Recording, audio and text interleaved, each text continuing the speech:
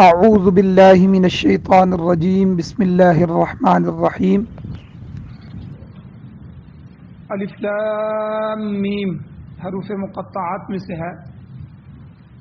اللہ لا الہ الا ہو، اللہ کے سوا کوئی معبود نہیں۔ الحی، وہ زندہ رہنے والا ہے۔ القیوم، اور قائم رکھنے والا ہے، تھامنے والا ہے۔ نزل علیک الکتاب، اس اللہ نے نازل کی آپ پر کتاب، بالحق، حق کے ساتھ۔ مصدقا لما، وہ ایسی کتاب ہے جو تصدیق کرنے والی ہے، بین یدیہ، جو اس سے پہلے کتابیں گزری ہیں ان سب کی تصدیق کرنے والی ہے۔ وانزل التوراۃ والانجیل، اور اس اللہ نے تورات اور انجیل کو بھی نازل کیا۔ من قبل ھدی للناس، اس قرآن کے آنے سے پہلے یہ کتابیں لوگوں کے لیے ہدایت تھیں۔ وانزل الفرقان، اور پھر اللہ نے فرقان کو نازل کیا، حق اور باطل کے درمیان میں فرق کرنے والی کتاب قرآن مجید کو اللہ نے نازل فرمایا۔ اب ان الذین کفروا بآیات اللہ، بے شک وہ لوگ جنہوں نے کفر کیا اب اللہ کی آیات کے ساتھ، لہم عذاب شدید، ان کے لیے سخت عذاب ہو۔ واللہ عزیز ذو انتقام، اور اللہ تعالیٰ غلبے والے ہیں، زبردست ہیں، انتقام لینے والے ہیں۔ ان اللہ لا یخفی علیہ شیء، بے شک اللہ تعالیٰ پر کوئی چیز بھی چھپی ہوئی نہیں ہے، کوئی چیز بھی مخفی اور پوشیدہ نہیں ہے، فی الارض ولا فی السماء، نہ زمین میں اور نہ آسمان میں۔ هو الذی، وہ اللہ وہ ذات ہے کہ یصورکم، جس نے تمہارے نقشے بنائے، تمہاری صورتیں بنائیں، فی الارحام، ماؤں کے رحموں میں، پیٹوں کے اندر، کیف یشاء، جیسے وہ چاہتا رہا، جیسے اس نے چاہا۔ لا الہ الا ہو، اس اللہ کے سوا کوئی معبود نہیں ہے۔ العزیز الحکیم، وہ زبردست ذات ہے اور حکمت والی۔ سورہ آل عمران کی ابتدائی 6 آیات کل کے درس میں بھی تلاوت ہوئی تھی، اور پہلا حصہ درس کا کل بیان ہو چکا ہے، جس کا خلاصہ یہ ہے کہ کل کے درس میں سورہ آل عمران کا نام اور اس کے کوائف بھی بیان ہوئے تھے، اور زمانہ نزول بھی بیان ہوا تھا کہ یہ سورت کب نازل ہوئی، اور اس کا جو مرکزی مضمون ہے کہ اس کے اندر کیا بیان کیا گیا۔ یہ بات بھی بیان ہوئی کہ جس طرح سورہ بقرہ میں پہلا پونا سپارہ بنی اسرائیل اور یہودیوں کی اصلاح میں تھا، اور آگے جا کے اللہ نے مسلمانوں کو احکامات دیے، اسی طرح سورہ آل عمران ایک بڑی سورت ہے، اس کے پہلی 83 آیات، پہلا بڑا حصہ جو ہے وہ عیسائیوں کی اصلاح کے لیے ہے، اور ضمناً اللہ نے دوسری باتیں بھی اس میں بیان فرمائی، اور آگے اللہ نے بے شمار دوسرے مسائل بھی بیان فرمائے۔ اور شان نزول بھی کل کے درس میں بیان ہوا تھا کہ وہ عیسائیوں کا وفد جو نجران سے آیا تھا، 60 بڑے عیسائیوں پر مشتمل تھا، جن میں ان کے 14 سرکردہ سردار تھے، اور اسی طرح 3 بڑے سردار الگ تھے جن کا تذکرہ کل گزر چکا ہے۔ اور کل کے درس میں یہ بھی بیان ہوا کہ اس وفد کے آنے کے مقاصد کیا تھے، وہ وفد کیوں آیا۔ 2 مقصد مفسرین نے بیان کیے ہیں کہ پہلا مقصد ان کا سیاسی تھا، یعنی حضور کو اللہ نے فتح مکہ دے دیا، مکہ فتح ہو گیا، سارا عرب فتح ہو گیا، حضور کے قدموں میں آ گیا، اور ادھر سے یمن جو ہے وہ بھی آ گیا، اور جو یہودی تھے مدینہ میں ان کی یہ حالت ہوئی کہ جو 2 بڑے قبائل تھے، بنو نذیر، بنو قینقاع، ان کو حضور نے جلا وطن کر دیا، مدینے سے نکال دیا اور خیبر سے نکال دیا، اور جو تیسرا بنو قریظہ تھا ان کے سارے بندے قتل کر دیے گئے۔ تو یہودیوں کے ساتھ ہی بھی یہ ہوا۔ اب پیچھے عیسائیوں کی باری تھی، کیونکہ یمن سے آگے وہ عیسائی شروع ہو رہے تھے، تو اس لیے یہ لوگ اپنی جان بخشی کے لیے آئے کہ اب مسلمان ہمارے ساتھ وہ معاملات نہ کریں جو انہوں نے مشرکین کے ساتھ کیے ہیں، عرب کے مشرک یا جو ہے مدینہ کے یہودی، ان کے ساتھ جو انہوں نے معاملہ کیا۔ تو اس لیے وہ آئے، اور ان کا مقصد یہ تھا کہ ہم مسلمانوں سے بات چیت کریں، صلح کریں اور امان حاصل کریں، اور سالانہ جزیہ دے کر جو ہے رقم دے کر ہم اپنے ہی زیر تسلط علاقوں میں آباد رہیں، تو یہ ایک مقصد تھا۔ دوسرا مقصد ان کا مذہبی مقصد تھا کہ تبلیغ کی جائے، چونکہ وہ عیسیٰ علیہ السلام کے متعلق یہ عقیدہ رکھتے تھے کہ عیسیٰ علیہ السلام یا خود خدا ہیں یا خدا کے بیٹے ہیں یا تین خداؤں میں سے تیسرے آدمی۔ تو یہ جو ہے ان کا عقیدہ تھا۔ اس عقیدے کے بارے میں جو ہے وہ حضور سے بحث و مباحثہ مناظرہ کرنے کے لیے آئے تھے۔ یہ دو مقصد تھے ان کے۔ اب موضوع بحث کیا ہے؟ چونکہ عیسائی عیسیٰ علیہ السلام کو خدا مانتے تھے، اب بھی مانتے ہیں، الہ مانتے ہیں، لہذا جو وہ بحث و مباحثہ کرنے آئے تو اس بحث و مباحثے کا موضوع بھی مسئلہ الوہیت ہوا، الہ کا۔ چنانچہ حضور علیہ السلام نے ان کے سامنے خدا کی، الہ کی، معبود کی 4 صفات بیان فرمائی کہ 4 ایسی صفات ہیں جو خدا میں ہونی چاہیے اور اللہ کی ذات میں موجود ہیں۔ اگر تم کہتے ہو عیسیٰ علیہ السلام بھی الہ ہیں تو کیا یہ 4 صفات عیسیٰ علیہ السلام میں بھی پائی جاتی ہیں یا نہیں پائی جاتی؟ تو یہ جب انہوں نے اپنے مذہب کی پرچار کیا، عیسیٰ علیہ السلام کو خدا کہا، تو حضور نے یہ 4 دلائل گویا کہ ان کے سامنے رکھے۔ سب سے پہلی بات حضور نے فرمایا کہ دیکھو، جو الہ ہوتا ہے، جو خالق ہوتا ہے، مالک ہوتا ہے، جو رب ہے، جو خدا ہے، معبود ہے، اس کے اندر ایک صفت یہ ہے کہ وہ ازلی ہے اور ابدی ہے۔ اللہ کی ذات ازل سے ہے، ہمیں کوئی پتہ نہیں کب سے ہے، پہلے سے ہے، اور ابدی ہے یعنی ہمیشہ رہے گی، اس کے اوپر زوال کوئی نہیں، ازل سے ہے، ابد تک رہے گی، اور اس ذات کو کبھی فنا نہیں ہے، اللہ کی ذات کو فنا نہیں ہے، ہمیشہ کی بقا ہے۔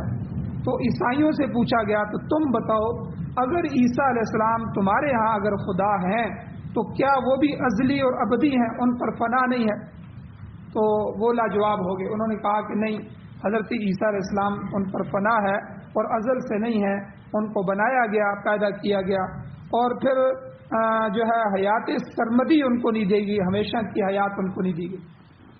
اب حضور علیہ السلام نے دوسری صفت پیش کی اللہ کی اور سوال کیا کہ بتاؤ، اللہ کی ذات کا جو علم ہے وہ ہر چیز پر محیط ہے، اللہ کے علم میں ہر چیز کو گھیرے ہوئے، اللہ کے سامنے کوئی چیز ماضی نہیں ہے، کوئی حال نہیں ہے، کوئی مستقبل نہیں ہے۔ یہ زمانہ ہمارے سامنے ہے، ماضی گزر گیا، حال ہم گزار رہے ہیں، مستقبل کا ہمیں پتہ کوئی نہیں ہے، کل کیا ہونے والا ہے۔ تو یہ تو ہمارے لیے کہ چیزیں چھپی ہوئی ہیں، کچھ گزر رہی ہیں، کچھ گزر گئی ہیں، تو یہ تینوں زمانے انسان کے لیے۔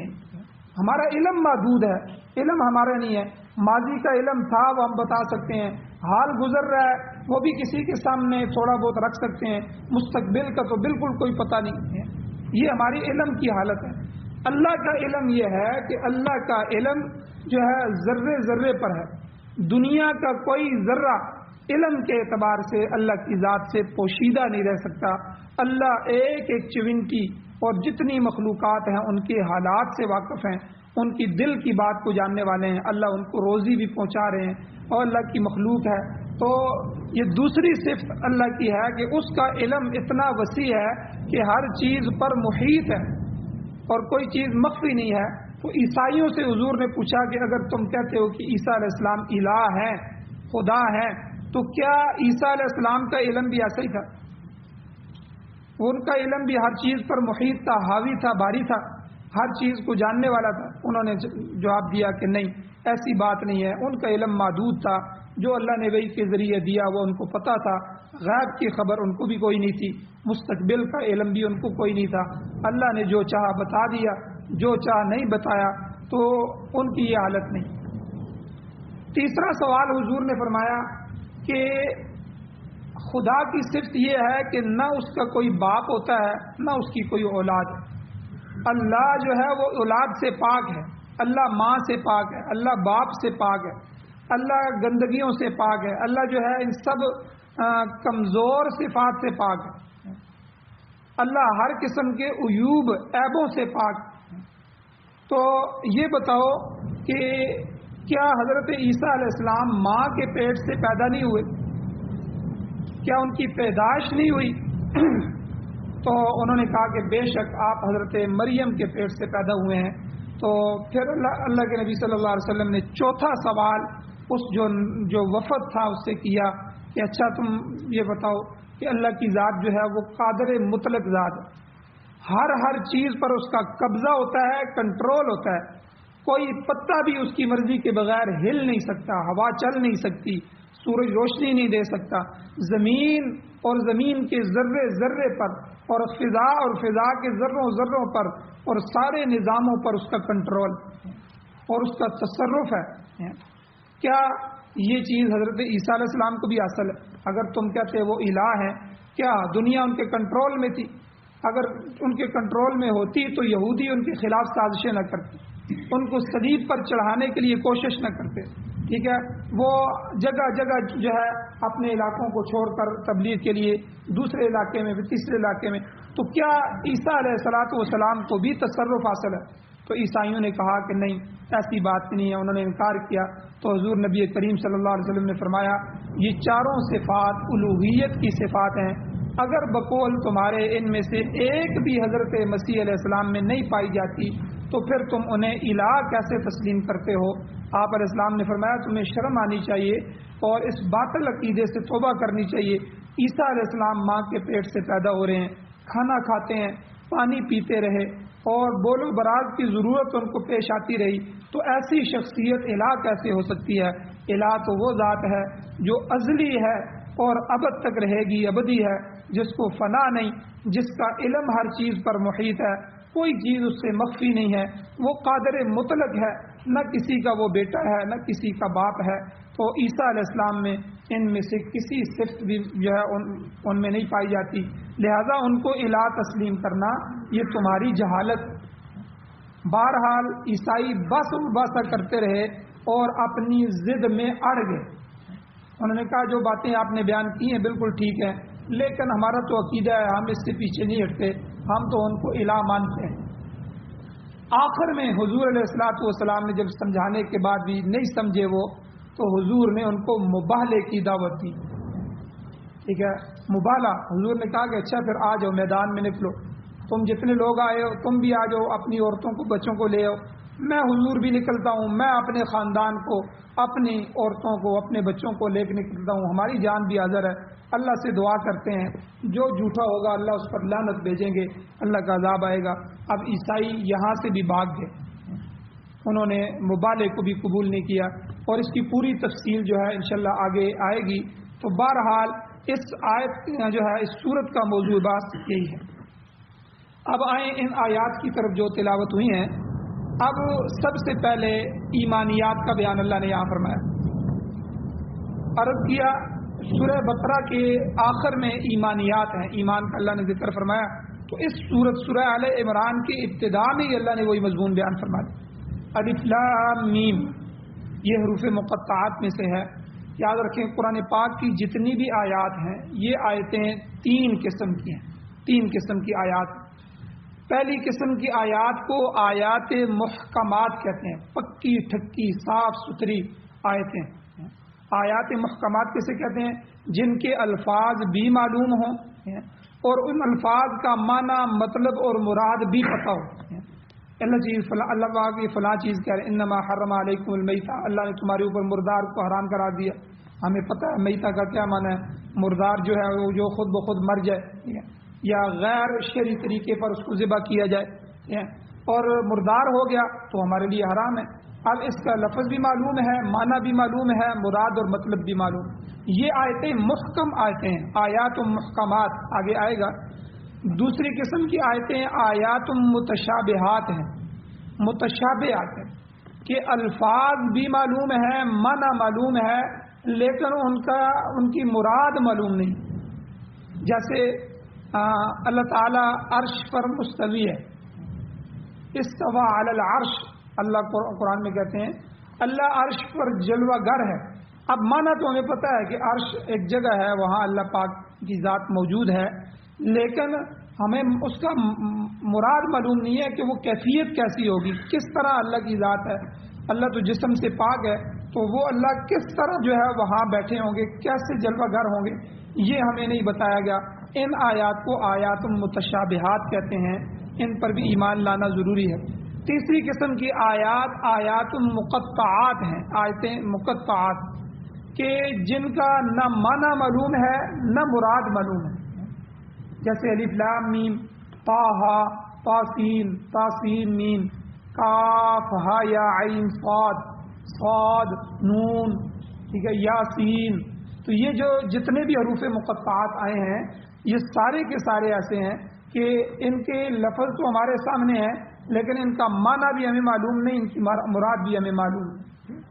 تو یہ الف لام کی تفصیل سورہ بقرہ کے شروع میں مزید گزر چکی ہے، تو یہاں اس کی مزید ضرورت نہیں ہے۔ تو بہرحال الف لام میم شروع میں اللہ نے فرمایا یہ حروف مقطعات میں سے ہے، اور آگے اللہ نے دو دلیلیں دی۔ ایک اپنی الوہیت کے لیے، اپنے الہ ہونے کے لیے اللہ نے عقلی دلیل دی، اگر انسان عقل سے سوچے تو وہ اللہ کو پہنچ جائے گا۔ ایک نقلی دلیل دی جو نقل ہو کے آئی ہے، تو یہ دونوں دلیلیں اللہ نے یہاں ذکر فرمائی۔ پہلے اللہ نے فرمایا کہ اللہ الف لام میم اللہ لا الہ الا ہو، اللہ کے سوا کوئی معبود نہیں، یہ عقیدہ بنا لو۔ اللہ کی ذات کے علاوہ کوئی حاجت روا نہیں، کوئی مشکل کشا نہیں، کوئی اولادیں دینے والا نہیں، کوئی ضرورتیں پورے کرنے والا نہیں، اللہ کی ذات کے سوا کوئی بیٹے بیٹیاں دینے والا نہیں، کوئی کچھ بھی نہیں کر سکتا۔ حضور کچھ نہیں کر سکتے تو باقی کوئی کیا کچھ کرے گا۔ حضور علیہ السلام کی 4 بیٹیاں تھیں، اللہ سے بیٹے مانگے، حضور نے اللہ سے مانگے، پہلے نبیوں سے نہیں مانگے۔ حضور نے پہلے جو ہے وہ اپنے باپ جد امجد حضرت ابراہیم علیہ السلام کا نام لے کر ان سے بھی مانگ سکتے تھے، اتنے تکڑے نبی گزرے ہیں، بڑے نبی گزرے ہیں، اولو العزم پیغمبر گزرے ہیں، ان میں سے کسی کو واسطہ دے کے ان سے مانگ سکتے تھے۔ عقیدہ سکھایا کہ اولادیں دینے والا اللہ کی ذات۔ پھر اللہ نے نرینہ اولاد دی حضور کو، تو 3-4 بیٹے اللہ نے عطا فرمائے، تو حضور ان کو اپنی مرضی سے زندہ بھی نہیں رکھ سکے، تو اللہ نے بچپن میں ہی ان کو لے لیا، واپس لے لیا، بچپن میں ہی فوت ہو گئے۔ اور ایک بیٹے حضرت ابراہیم رضی اللہ تعالیٰ عنہ جو تھے وہ 18-19 مہینوں کے ہو گئے، پھر فوت ہوئے۔ 18-19 مہینوں کا 1.5-2 سال کا جو بچہ ہوتا ہے ٹھیک ٹھاک چلتا ہے، باتیں کرتا ہے، اشارے کرتا ہے، تو یعنی حضور کے ساتھ مانوس ہو گئے، اللہ نے پھر لے لیا۔ تو اس لیے حاجت روا، مشکل کشا، نفع نقصان دینے والی ذات اللہ کی ذات ہے۔ اس کی ذات کے علاوہ کسی سے امید رکھنا، کسی سے احتیاج رکھنا، کسی سے مانگنا، کسی کو مشکل کشا حاجت روا سمجھنا، یہ کفر اور شرک ہے۔ سب سے پہلی بات اللہ نے سورت کی شروع میں فرمائی الف لام میم، اللہ لا الہ الا ہو، عقیدہ بیان کر دیا۔ اللہ کے سوا کوئی دنیا کی ہستی، کوئی جنات میں سے، کوئی فرشتوں میں سے، کوئی اولو العزم پیغمبروں کی ذات میں سے کوئی بھی اللہ کے سوا معبود نہیں، کوئی حاجت روا نہیں۔ آگے اللہ نے 2 صفتیں بیان فرمائی اپنی، کوئی ہے ایسی صفات رکھنے والا، الحی القیوم، حی اور قیوم۔ حی کہتے ہیں وہ ذات کی جس کی حیات، جس کی زندگی ازلی ہو اور ابدی ہو، اس کی حیات ذاتی ہو، اس کی اپنی حیات ہو، خود ذاتی ہو، کسی کی دی ہوئی نہ ہو، مستعار جو ہے زندگی نہ ہو۔ ہمارے تو چند دن ہیں، اللہ نے پیدا کیا، چند دن بعد اس دنیا سے چلے جائیں گے، ٹھیک ہے، ہم اپنی زندگی کو باقی نہیں رکھ سکتے۔ 2-4 دن اللہ نے دیے ہیں، مستعار جو ہے امانت ہیں، اور اسی کا امتحان چل رہا ہے کیسے گزار کے جاتے ہیں۔ تو اللہ کی ذات ایسی نہیں ہے، اللہ کی ذات کی جو حیات ہے، حی، وہ ہمیشہ سے ہے، ہمیشہ رہے گا، اور اس کی جو حیات ہے وہ ذاتی ہے۔ اور چوتھی چیز کہ وہ حیات دینے والا ہے، یہ حی ہے۔ حی کے اندر یہ 4 چیزیں پائی جاتی کہ وہ آگے دنیا بھر کے جتنی بھی مخلوقات ہیں ان سب کو زندگی دینے والا ہے، حیات دینے والا ہے۔ اور قیوم کہتے ہیں جو خود قائم ہے، ہمیشہ قائم رہے گا، دوسروں کو قائم رکھنے والا ہے۔ تینوں صفات ایک ہی صفت کے اندر تینوں چیزیں آتی ہیں۔ خود قائم ہے، اس کو کسی نے اٹھایا نہیں ہے، خود بخود قائم ہے اور ہمیشہ قائم رہے گا، اور پھر دوسری جتنی بھی مخلوقات ہیں جو اللہ نے بنائی ہیں ان سب کو قائم رکھنے والا، سب کو تھامنے والا ہے۔ خدا کے سوا نہ کوئی حی ہے نہ قیوم ہے، لہذا اے عیسائیوں، اے وفد والو، سن لو، معبود برحق بھی وہی ہو سکتا ہے، اس کے علاوہ عبادت کے لائق کوئی نہیں ہو سکتا۔ یہ تو عقلی دلیل تھی کہ آدمی عقل سے بھی سوچے کہ حی اور قیوم اللہ کی ذات ہے تو ظاہر بات ہے الہ بھی وہی ہے، جس کی زندگی ہمیشہ کی ہے، آگے زندگیاں دینے والا ہے، تو الہ اور معبود بھی وہی ہوگا۔ عقل بھی اس کو بات ہوئی، جس بات جو دلیل عقلی ہو، عقل سے سمجھ آ جائے، اس کو کہتے ہیں یہ عقلی دلائل میں سے۔ اور اب نقلی دلیل کے نقل کہتے ہیں منتقل ہو کے مسئلہ توحید سمجھانے کے لیے، لوگوں کو ایمان کی حقیقت سے آگاہ کرنے کے لیے اور شرک اور کفر کی بےخونی کے لیے اس مالک الملک نے کتابیں نازل فرمائی۔ یہ جو کتابیں ہیں، قرآن ہے اور پہلی کتابیں جو گزری ہیں، یہ نقلی دلائل ہیں۔ اللہ نے قرآن آگے فرمایا نزل علیک الکتاب بالحق، اے میرے پیغمبر آپ پر اللہ نے کتاب کو نازل فرمایا تو حق فرمایا، قرآن مجید سچی کتاب آپ پر نازل فرمائی۔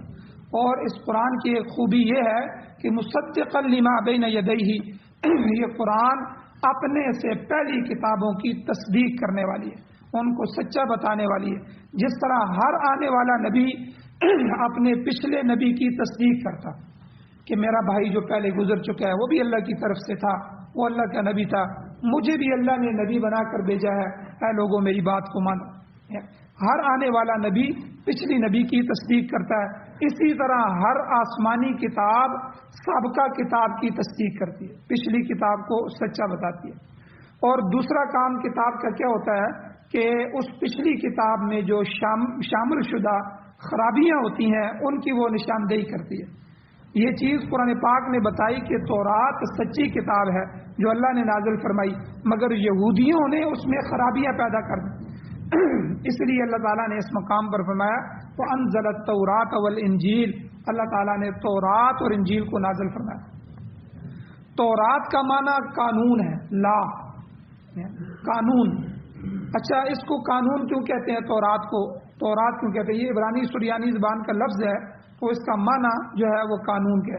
قانون کہنے کی وجہ یہ ہے کہ جب فرعون غرق ہو گیا اور بنی اسرائیل کو اللہ تعالیٰ نے عذاب سے بچا لیا، فرعونیوں سے بچا لیا، تو اور جب یہ آگے آ گئے تو انہوں نے خود حضرت موسیٰ علیہ السلام سے عرض کیا کہ مصر میں جو ہمارا قیام تھا، مصر میں جو ہم رہے ہیں، وہاں ہم مجبور تھے کہ فرعون جو قانون لاگو کر رہا تھا اس کے تحت ہم زندگی گزار رہے تھے، ہم مجبوراً اس کے قانون کی چھتری تلے رہ رہے تھے۔ اب ہم آزاد ہیں، ہمارے لیے کوئی اپنی شریعت، اپنا قانون ہونا چاہیے۔ موسیٰ علیہ السلام نے جب دیکھا کہ قوم مطالبہ کر رہی ہے اور جو ہے انہوں نے کہا کہ ہمارے لیے الگ شریعت ہو، الگ قانون ہو، تو انہوں نے اللہ تعالیٰ کی بارگاہ میں دعا فرمائی۔ اللہ رب العزت نے کہا کہ اے موسیٰ، ٹھیک ہے میں آپ کو جو ہے وہ تورات دیتا ہوں، کتاب دے رہا ہوں، لیکن آپ کوہ طور پر آ جائیں، طور پہاڑ پہ آئیں اور آ کر اعتکاف کریں۔ ٹھیک ہے، اعتکاف بھی 40 دن کا، 40 راتوں کا، کہ آپ 40 دن روزے رکھیں، 40 رات تک وہاں ٹھہرے رہیں، پھر آپ کو کتاب دی جائے گی۔ اور یہ سارا واقعہ آگے سورہ آراف میں آئے گا، انشاءاللہ تفصیل وہاں بیان ہوگا۔ چنانچہ کہنے کا مقصد یہ ہے کہ یہودیوں کی اپنی خواہش تھی اور اس خواہش کے جواب میں اللہ تعالیٰ نے ان کو تورات عطا کی، تو یہ ایک عظیم کتاب تھی، مگر یہودیوں نے اور عیسائیوں نے اور ان کے پیروکاروں نے اس میں تحریف کر کے اس کو بگاڑ دیا۔ تاہم اس کا کافی حصہ اب بھی اصل صورت میں موجود ہے جس کی قرآن پاک تصدیق کرتا ہے۔ دوسرا والانجیل فرمایا، یعنی تورات کے بعد ہم نے انجیل بھی اتاری۔ یہ کتاب بنی اسرائیل کے آخری نبی حضرت عیسیٰ علیہ السلام پر نازل ہوئی، مگر افسوس ہے کہ اس کا مصدقہ نسخہ، جو تصدیق شدہ نسخہ ہو، آج دنیا میں موجود نہیں۔ اصل انجیل جو ہے آج دنیا میں بالکل نہیں۔ اصل انجیل ہے کہ اصل انجیل وہ فرامین اور خطبات ہیں جو عیسیٰ علیہ السلام نے اپنی زندگی کے آخری 3 سالوں میں، 3 برسوں میں ارشاد فرمائے۔ آپ کی زندگی میں یہ جو فرامین تھے، ان کے خطبے تھے، یہ تحریری صورت میں موجود نہیں تھے، بلکہ آپ کے شاگرد ان کی زبانی تبلیغ کرتے تھے۔ ایک مدت اور ایک عرصے کے بعد جب حضرت عیسیٰ علیہ السلام کی جو معتقدین تھے ان کو یہودیوں سے الگ امت قرار دیا گیا، انہیں عیسائی کہا جانے لگا، تو انہوں نے حضرت مسیح علیہ السلام کی زندگی اور ان کے فرمودات جو تھے، خطبات تھے، ان پر کتابیں لکھی۔ ہر فرقے نے اپنی اپنی علیحدہ کتاب تصنیف کی، جن کی تعداد 34 تک پہنچتی ہے، 34 انجیلیں۔ ان 34 انجیلوں میں سے 4 انجیلیں بڑی چنی گئی، اناجیل اربع جن کو کہتے ہیں، یہ بنیادی کتابیں۔ یہ چاروں انجیلیں زبان جو ان کی تھی اپنی یونانی زبان، ان بولنے والوں عیسائیوں کی ترتیب ہوئی ہیں جو حضرت عیسیٰ علیہ السلام کے بعد اس مذہب میں داخل ہوئی ہیں۔ ان اناجیل کا ایک نسخہ بھی اصل یونانی زبان میں موجود نہیں ہے، تو عیسائی ان میں تغیر کرتے رہے، تبدل کرتے رہے، ان کو بدلتے رہے، لہذا آج انجیل کے وہی احکامات قابل اعتماد سمجھے جا سکتے ہیں جن کی تصدیق قرآن پاک نے کی ہے، باقی سارے حکم غیر معتبر ہیں۔ تو بہرحال اللہ نے یہاں ان کا بھی تذکرہ فرمایا۔ اللہ جل شانہ سے دعا ہے اللہ ہمیں عمل کی توفیق عطا فرمائے۔ مزید اس کے لیے کچھ احکامات ہیں انشاءاللہ کل کے درس میں بیان کیے جائیں گے۔ آمین۔ الحمدللہ رب العالمین والعاقبۃ للمتقین والصلاۃ والسلام علی رسولہ النبی الامی الکریم۔ اللهم ربنا آتنا فی الدنیا حسنۃ وفی الآخرۃ حسنۃ وقنا عذاب النار۔ یا اللہ ہماری کمیوں کو تائیوں کو معاف فرمائیے، درگزر فرمائیے، صغیرہ کبیرہ گناہوں کو معاف فرمائیے۔ یا اللہ قرآن مجید اصل کتاب ہے، ہماری ہدایت کے لیے اتری ہے۔ یا اللہ توجہ کے ساتھ، پورے لگن اور شوق کے ساتھ قرآن مجید سننے، اس کا ترجمہ سننے، اس کی تفسیر سننے اور اس پر عمل کرنے کی توفیق عطا فرمائیے۔ یا اللہ اپنی زندگیوں میں قرآن کو، سنت کو زندہ کرنے کی توفیق نصیب فرمائیے۔ یا اللہ قرآن و سنت کی بہاریں نصیب فرمائیے۔ قرآن و سنت کو بطور آئین، بطور دستور، بطور ضابطۂ حیات ہمارے مقدر فرمائیے۔ یا اللہ پوری دنیا کے باطل نظاموں کو ختم فرمائیے، اپنے نظام کو غالب فرمائیے۔ یا اللہ جتنے مظلوم ہیں، یا اللہ جتنے مقروض ہیں ان کی مدد نصرت فرمائیے، بیماروں کو شفا عطا فرمائیے۔ یا اللہ جو ایمان کی حالت سے ہمارے بھائی، ہمارے اہل محلہ، متعلقین، عزیز و اقارب اس دنیا سے جا چکے ہیں، یا اللہ ان سب کی بخشش فرمائیے۔ صلی اللہ تعالی علی خیر خلقہ محمد وآلہ وصحبہ اجمعین برحمتک یا ارحم الراحمین۔